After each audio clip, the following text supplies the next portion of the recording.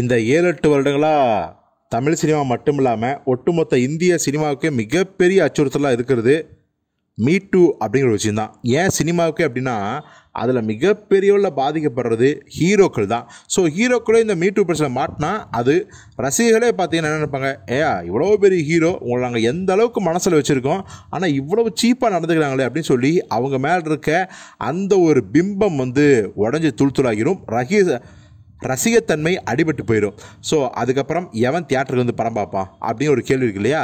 So அதனால தான் இதை நான் சொன்னேன். ஆனால் இதே மீ டூ விஷயத்தில் ஹீரோயின்கள் நடிகைகள் எப்படி செயல்படுறாங்க அப்படின்னு கேட்டால், அதாவது அவங்கள யாராவது ஒரு ஹீரோ கலாய்ச்சா, ஃப்ளட் பண்ணா, வேற ஏதாவது டபுள் மீனிங் பேசுனா, இல்லை ரொம்ப உரிமை எடுத்துக்கிட்டு அவங்கள கொஞ்சம் கண்ணா பின்னான்னு பேசுனா பயங்கரமாக கோவப்பட்டுருவாங்க. யாராக அப்படி இருந்தா என்ன, அவர் சின்ன ஹீரோவாக இருந்தால், ஒரு வில்லன் நடிகராக இருந்தால் பயங்கரமாக கொந்தளிப்பாங்க.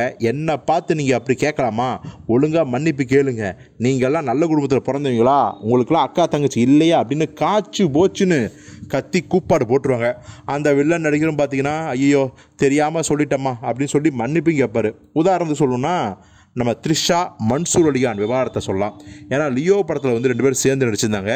அப்போது மன்சூர் அலிகான் த்ரிஷாவை பற்றி வேடிக்கையாக பேசுகிறேன் அப்படின்னு சொல்லி கொஞ்சம் ஓவராக பேசிட்டார். அது என்ன பேசுகிறாருன்னு நம்ம எல்லாருக்கும் தெரிஞ்சது தான் வச்சுங்களேன். ஆனால் த்ரிஷா அவர்கள் ரொம்பவே கொந்தளிச்சு போயிட்டாங்க. இவங்கெல்லாம் மனித பிறவியா, இவங்கெல்லாம் எப்படி தான் சர்வைவல் பண்ணுறாங்களோ, இவங்கெல்லாம் எப்படி தான் உயிரோடு இருக்காங்களோ வாழ்கிறாங்களோ அந்த மாதிரியான ஒரு ரொம்ப மனம் விரக்தியாகி த்ரிஷா கண்டனம் தெரிவிச்சிருந்தாங்க.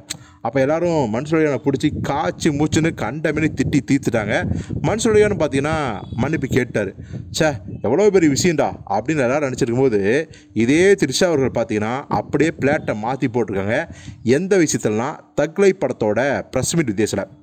ஏன்னா தக் லைஃப் ஃபிலால பார்த்தீங்கன்னா கமல், சிம்பு, த்ரிஷா 3 பேர் கலந்துக்கிட்டாங்க. அதில் பார்த்தீங்கன்னா ஒரு ஏடாகூடமான கேள்வியை ஆங்கர் கேட்டாங்க.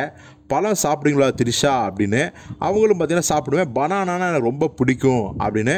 ஆனால் பனானா மாதிரியே இருக்கும் ஒரு பழம், ஆனால் எனக்கு பழம் பேர் தெரியாது அப்படின்னு சொல்லும்போது கமல் அவர்கள் திடீர்னு கிராஸ் ஆகல அவங்க பழத்தை எடுத்து வாயில் சாப்பிட்டுக்குவாங்க, ஆனால் அதுக்கு பேர் தெரியாதுன்னு ஓப்பனான டபுள் மீனிங்கில் சொன்னார். அது டபுள் மீனிங்கோட சிங்கிள் மீனிங்னே சொல்லலாம். ஆனால் இதை பார்த்த அரங்கமே அதிர்ந்தது. அரங்கம் அதிர்ந்துன்னா பரவாயில்ல, த்ரிஷாவே வெக்கப்பட்டு பயங்கரமாக என்ன சொல்கிறது, ரொம்ப பரவசமாயிட்டாங்க. அவங்க வெக்கப்படுறதுனா கோவப்பட கிடையாது, ஆனால் பயங்கரமாக பார்த்தீங்கன்னா அதை என்ஜாய் பண்ணுற மாதிரி அவங்க ரியாக்ஷன் இருந்துச்சு. இதை பார்த்த ரசிகர்கள் பத்திரிகையாளர்கள் எல்லாரும், ஏமா இதே மன்சூர் அலிகான் சொல்லியிருந்தா இல்லை வேறு யாரோ சொல்லியிருந்தா நீ எப்படி கொந்தளிச்சிருப்ப, இதே மன்சூர் அலிகான் இந்த அளவுக்கு கூட உன்னை பேச கிடையாது, யதார்த்தமாக ரொம்ப வேடிக்கையாக பேசார். அதுக்கே அவர் மேலே பயங்கரமாக காட்டம் தெரிவித்து அவரை கண்டனம்லாம் தெரிவிக்க வச்சிங்க. ஆனால் கமல் சொன்னால் மட்டும் உங்களுக்கு இனிக்குதா? பெரிய ஹீரோக்களுக்கு பெரிய நடிகர்களுக்குன்னா ஒரு நியாயம், இதே சின்ன ஹீரோக்களுக்கு சின்ன நடிகர்களுக்கெல்லாம் ஒரு நியாயமானு த்ரிஷாவை கண்டமேனிக்கு எழுதுகிறாங்க.